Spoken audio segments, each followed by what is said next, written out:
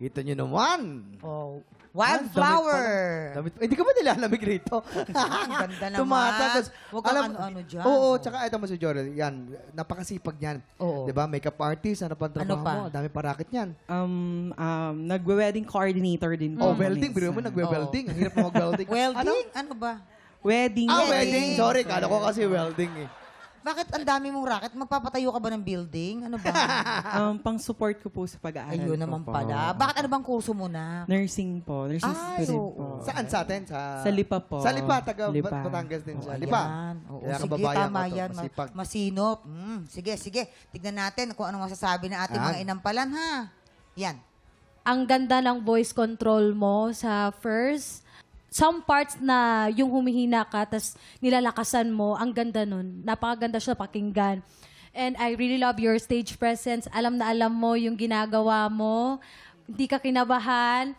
And kung may comment lang ako, sa last part lang, sana mas nasustain mo yung for she's a child, yung doon lang na banda, pati yung pinaka-ending na wild, yun lang, na mas nalinis mo siya ng konti. But overall, nagustuhan ko yung performance mo, kaya congrats. Thank you po. Joril, napansin ko meron kang ginagamit na soft, meron kang ginagamit na medyo malaki na boses. Maganda naman yon. Kaya lang, siguro it must be well placed kung saan kailangan. Yung transition mo from natural to falsetto, mahusay. Diinan mo pa ng konti yung falsetto para hindi masyado siyang light. Yun lang. Wala na akong ibang, kasi intonation mo, wala masyadong problema. Yun lang ang kailangan mo. Thank you po. Ayan, maraming salamat. Joril, alamin na natin kung ilang stars ang ibibigay sa iyo ng ating mga inampalan. Ha? Joril, ito ang aking mga bituin para sa'yo.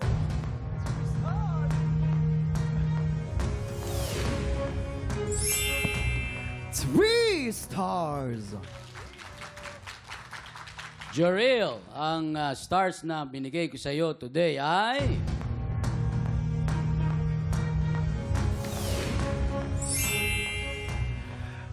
Three stars.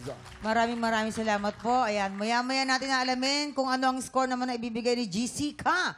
Ang susunod nating kalahok, Jason Bakay. Masakit po bilang ama na makita ang sitwasyon ng anak ko. Isa po akong ama ng tatlo kong mga anak. Love na love ko silang tatlo, pero may special attention lang talaga kami din sa panganay ko kasi na-diagnose po siya na may autism level 2. Bilang isang tatay kasi na walang kaalam-alam sa pinagdadaanan ng anak ko. Nung nalaman po namin na may autism siya, doon na po na nagkaroon na rin kami ng knowledge about what is autism, what should I do, what should we do. Doon po pumasok yung acceptance kung ano-ano hanap buhay din po na marangal ang ginagawa namin mag-asawa para lang ma-survive sila. At the same time, may weekly therapy din po kasi yung anak ko na napakalaki din, mabigat sa bulsa. Sa mga anak ko, especially to my Kuya Jabe, Kuya Paul, and Baby Pink, Mommy and Daddy are so blessed to have you in our life. At para sa asawa ko, thank you sa sacrifices mo. I love you. Ako, si Jason Bakay, 36 years old, from Cainta, Rizal.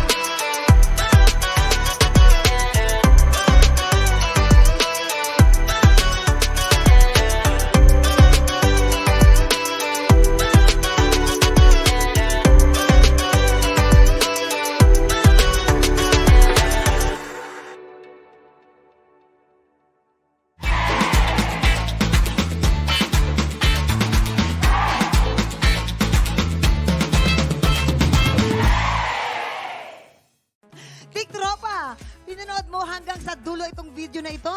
Abay, very good ka! For more happy time, watch more TikTok Lock videos on our official social media pages and subscribe to GMA Network official YouTube channel.